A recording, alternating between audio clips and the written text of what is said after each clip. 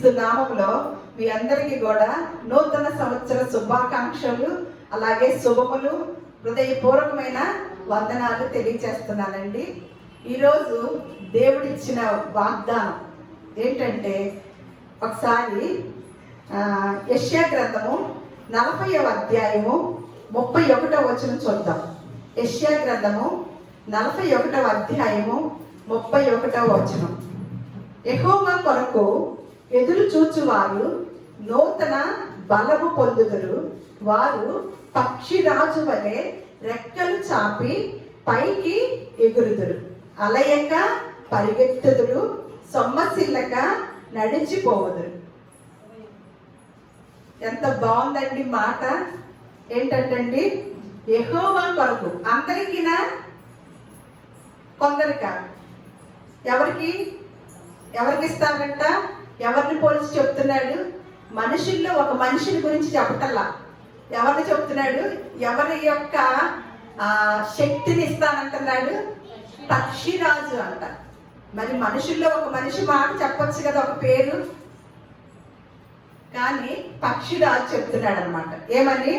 యెహోవా కొరకు ఎదురు చూచు వారు ఏం పొందుకుంటారంట? నూతన బలం పొందుకుంటారంట. అందరినీ అని చెప్పాడా? యెహోవా కొరకు ఎదురు చూచే వారిని అన్నాడండి. అందరికీ రాదు నూతన బలం. మేము గత వారం అంతా కూడా ఈ రోజు కరెక్ట్గా 7:30 వరకు కూడా, 7:30 గంటల వరకు కూడా, ఈ రోజు అదే గడిచిన రోజు రాత్రి మేము గృహ దర్శనాలు చేస్తూనే ఉన్నామండి.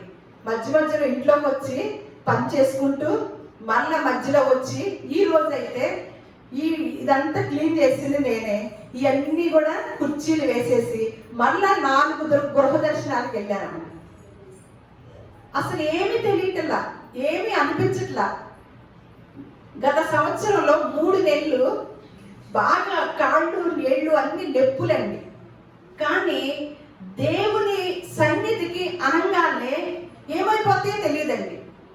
ఆదివారము, శుక్రవారం, మంగళవారం ఇవి మాత్రం ఖచ్చితంగా నేను పాల్గొనవలసిన దినాలన్నమాట.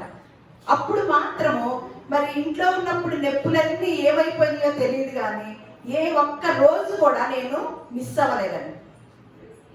ఇలా చూస్తూ ఈరోజు అలా ఈ వారం రోజులు గృహ దర్శనాలు చేస్తూనే, ఎందుకంటే మాకు ఒక ఆలోచన వచ్చింది.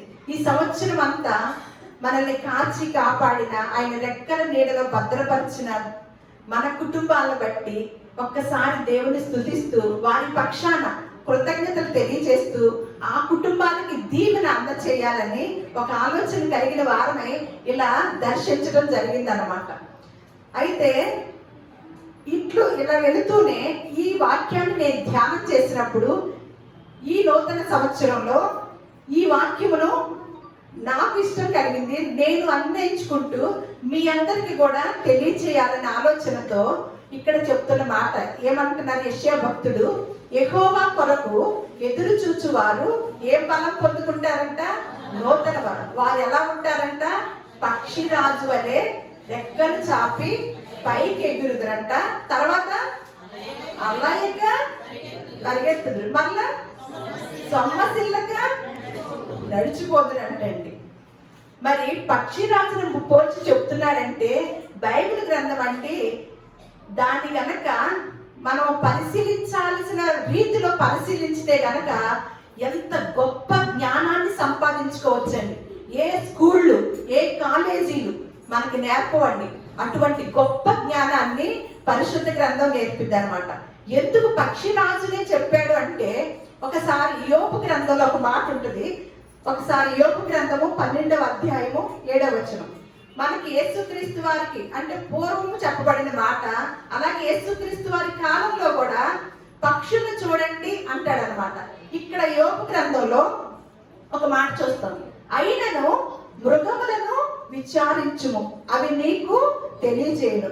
ఆకాశ పక్షులను విచారించుము, అవి నీకు తెలియజేయును. విచారణ కేంద్రం అని ఉంటుంది. ఎక్కడండి? రైల్వే స్టేషన్ లో, బస్ స్టేషన్ లో. దేనికి వెళ్తాము? ఎప్పుడు ఏ టైంకి ఏది వచ్చిందో, ట్రైన్ అయినా బస్ అయినా అని సమాచార కేంద్రానికి వెళ్తాం కదా. ఇప్పుడు ఏ కేంద్రానికి ఎక్కడి దగ్గరికి వెళ్ళమంటున్నారండి? మృగములను విచారించుము. మీకేమైనా పాఠాలు కావాలంటే, మీకు ఏదైనా జ్ఞానం కావాలంటే మనల్ని ఎవరిని విచారించమంటున్నారండి? పలానా మనిషిన, పలానా మంత్రి గారిన, పలానా వ్యక్తిన, పలానా స్త్రీన, పలానా ఆవిడ, పలానా ఆయన ఎక్కడ లేరు.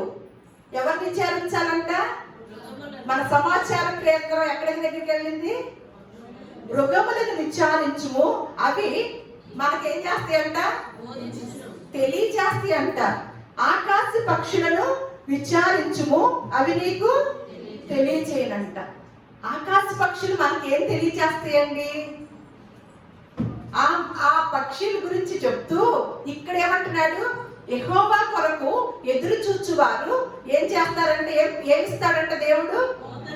నూతన బలం. అది కూడా ఎలాంటి బలం అంట? పక్షిరాజు బలం అంట. పక్షుల్లో కల్లా రాజు ఎవరు? గ్రద్ద. ఈగలు అంటారా? గ్రద్ద. ఆ గ్రద్ద గురించి ఎప్పుడన్నా తెలుసా? విచారించారా? మీరు విచారించారా? మనల్ని ఏమన్నా ఎక్కడికి వెళ్ళమన్నారు? వాటి దగ్గరికి వెళ్ళమన్నారు. అసలు వాటి పరిస్థితి ఏంటో తెలుసా? మనల్ని వెళ్ళమన్నారు అంటే ఆ పక్షిరాజు యొక్క పరిస్థితి ఏమై ఉంది, దాని కెపాసిటీ ఎంత ఉంది?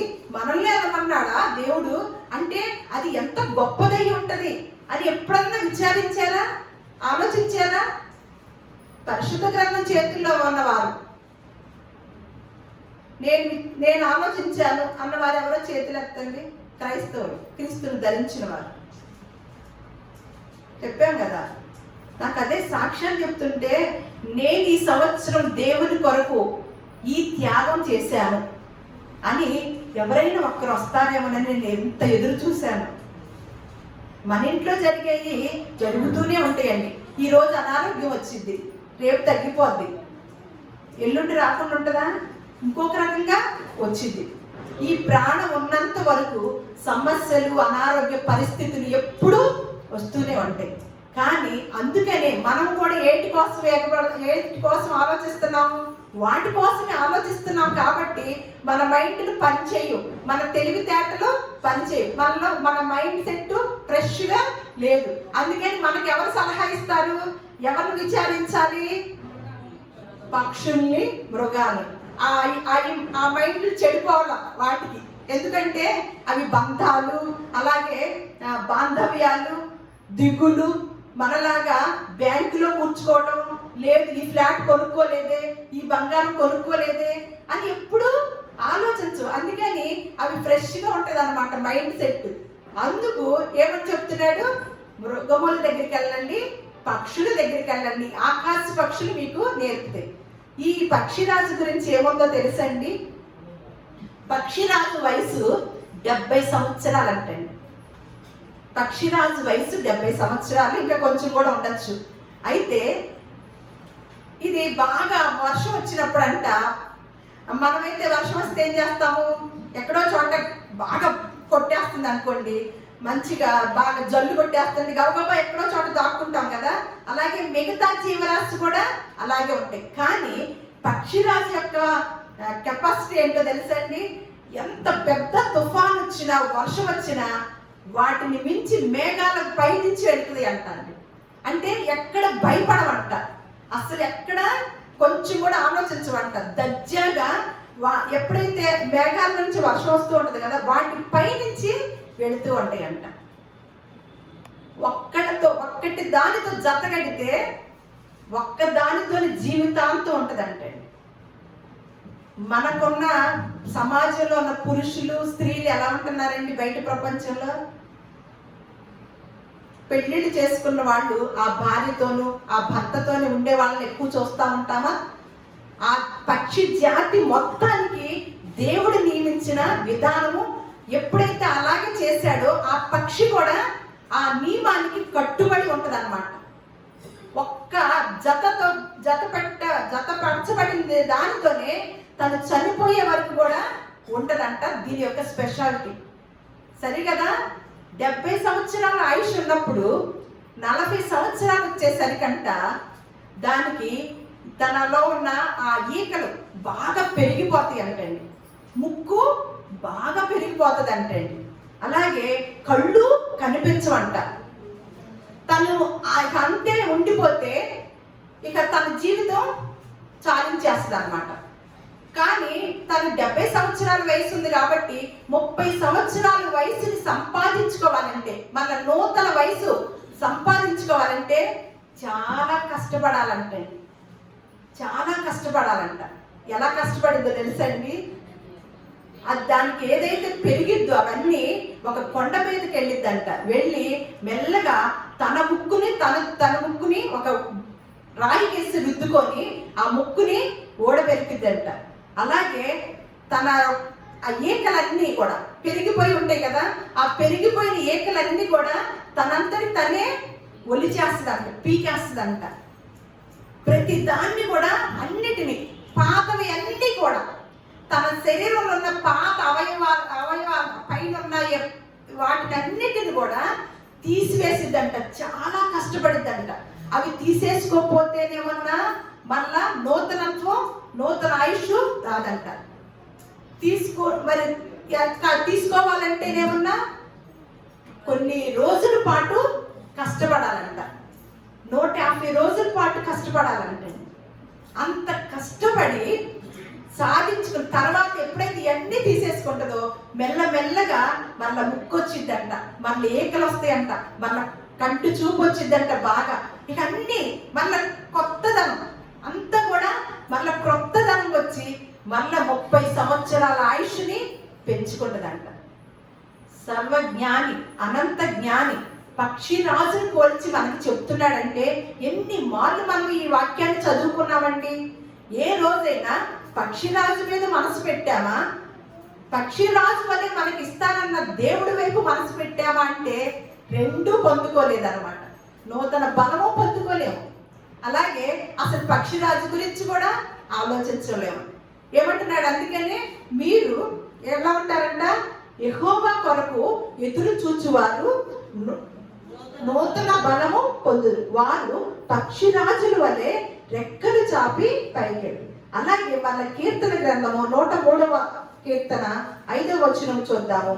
పక్షిరాజు యవ్వనం వలె నీ యవ్వనమును క్రొత్తదగు చూడునట్లు మేలుతో నీ హృదయమును తృప్తిపరచుచున్నాడు. చూడండి, 2 చోట్ల కూడా రాయటం జరిగింది అనమాట. అంటే పక్షిరాజు యవ్వనం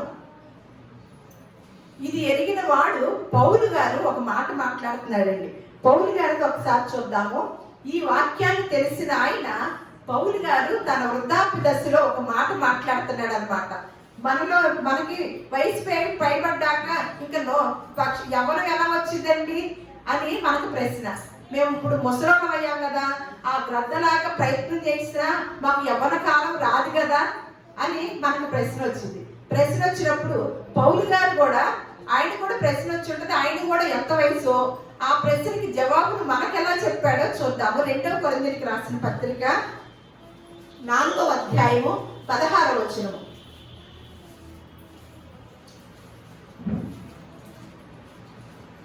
కావున మేము అధైర్యపడము, మా బాహ్య పురుషుడు కృషించుచున్నను, ఆంతర్య పురుషుడు దినదినము నూతన పరచబడుచున్నాడంట. అంటే నేను వయసు పైబడుతున్నప్పటికీ, వయసు చూస్తేనేమన్నా పెద్ద వయసు 50 ఏళ్ళు 60 ఏళ్ళు వచ్చేసింది, ఇంకా అతనేమంటాము ముసలి వాళ్ళు అంటారు, వృద్ధులు అంటారు కదా. మరి అలాంటప్పుడు మనకి ఇంకా పక్షిరాజు ఎవరికి ఎలా ఇస్తాడంటే దేవుడు అని, ఆ నూతన బలం ఎలా ఇస్తాడు అని అంటే ఇక్కడ పౌలు గారు చెప్తున్న మాట అన్నమాట. ఏమంటున్నాడంట, మేము అధైర్యపడము, మా బాహ్య పురుషుడు కృషించుచున్నాను. అంటే పై రూపము, మా పై రూపాన్ని, మా యొక్క రూపము కృషించిపోతున్న, మా తెల్ల వెంట్రుకలు వచ్చిన, మా చేతులు, మా శరీరం ముడతల పడుతున్నప్పటికీ ఇక్కడ ఏమంటున్నాడు, ఆంతర్య పురుషుడు ఎలా ఉన్నాడంటే అండి, దినము నూతన పరచబడుచున్నాడు. ఎందుకు ఆయనకే నూతన లోపల ఆంతర్య పురుషుడు అంట. ఆంతర్య పురుషుడు యొక్క వయసు ఏమన్నా యవనస్తుల వయసు ఎంత అంటాము? 25 అంటాం కదా, మంచి యవనస్తులు అంటారు కదా. పౌలు గారి ఆంతర్య పురుషుడు ఏమన్నా 25 సంవత్సరాల వ్యక్తిలాగా ఉన్నాడంట. శరీరం చూస్తేనేమన్నా, బాహ్య పురుషుడు చూస్తేనేమన్నా 60 ఏళ్ల వయసులాగా ఉన్నాడంట. మనకి ఉంటుంది 20 ఏళ్ల వయసు, 60 ఏళ్ళలాగా కనపడుతున్నారు. ఎందుకు? ఎక్కడ లేని దిగుళ్ళన్నీ మన నెత్తినే పెట్టుకోవటం వల్ల చిన్న వయసు వాళ్ళకే ఎంట్రుకలు తెల్లబడతాయి, రంగులు వేసేస్తారు. మేము మాకు ఈరోజు క్యాలెండర్లో ఒక వాక్యం వేసాం అనమాట. అది చాలా బాగుంటుంది, సస్పెన్స్. అది చేసినప్పుడు, ప్రార్థన చేసి మనం ఓపెన్ చేసినప్పుడు చూద్దాం అన్నమాట. మన జీవితానికి ఒక్క ఎంట్రుకనైనా నల్లగా చేసుకోవడం తెలుసండి? రంగులేయటం కాదు, ఒరిజినాలిటీ. ఒక్క ఎంట్రుకనైనా ఒరిజినల్గా నల్లగా చేసుకోవడం తెలుసా? మరి ఎంత విచ్చిల్లేస్తామండి, ఎంత ఆలోచిస్తామండి, ఎక్కడ దాకా వెళ్ళిపోతామండి, ఏం ఆలోచించట్లా మనం. అది ఇందాక అంటున్నారు కదా, మనము ఆత్మ చింతన అనేది ఉందా? ఆధ్యాత్మిక చింతన, ఆత్మ సంబంధమైన విషయాలు. ఏమంటున్నాడు? ఆత్మ విషయమై దీనులైన వారు ధన్యులు, సాత్వికులు ధన్యులు, వారు దేన్ని సంపాదించుకుంటారంట? భూలోకాన్నే సాత్వికులు అంటే ఏంటి?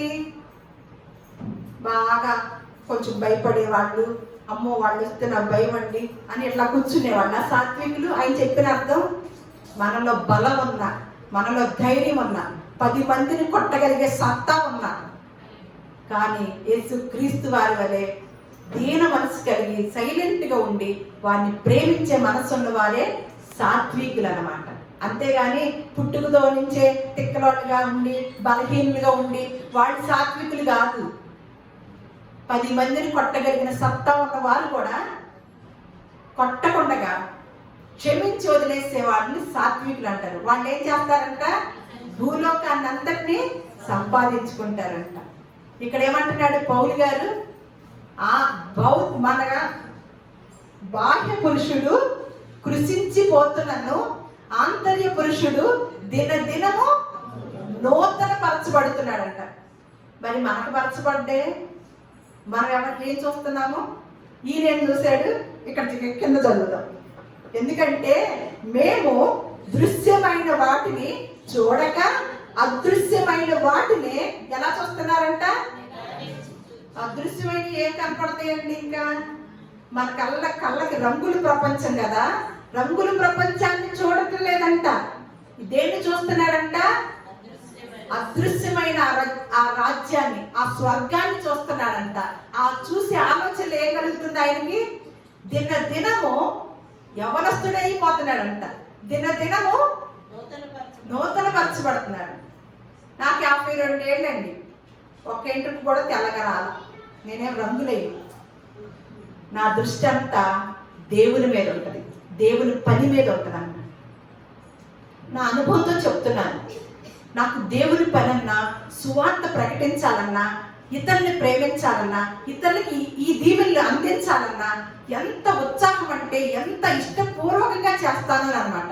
అదిగాక ఈ మందిరం పెట్టిన దగ్గర నుంచి ఈ క్లీనింగ్ చేసే విషయంలో నేను ఎంత ఆస్వాదిస్తూ చేస్తూ ఉంటాను. అందుకే నా యొక్క ఆంతర్య పురుషుడు ఎలా ఉన్నాడండి?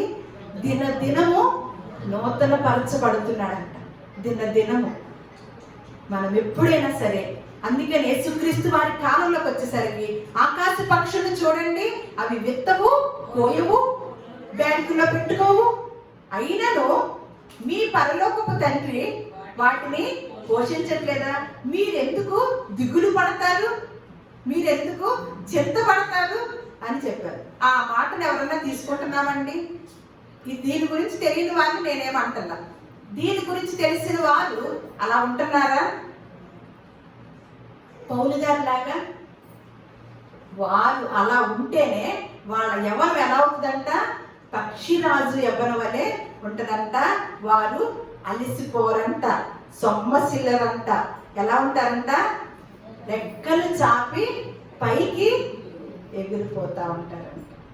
ఈ నూతన సంవత్సరంలో దేవుడు మీకు ఇటువంటి నూతన యవ్వన బలాన్ని దేవుడు మీ అందరికీ కూడా అనుగ్రహించాలని ప్రార్థన చేస్తూ పక్షిరాజు యవ్వనం వల్లే మీ యవ్వనము దినదినము నూతన పరచబడుతూ మరంత అంతకంతకు ఏమంటున్నాడు, కిందది కూడా చదివితే మనకు తెలుస్తుంది అనమాట.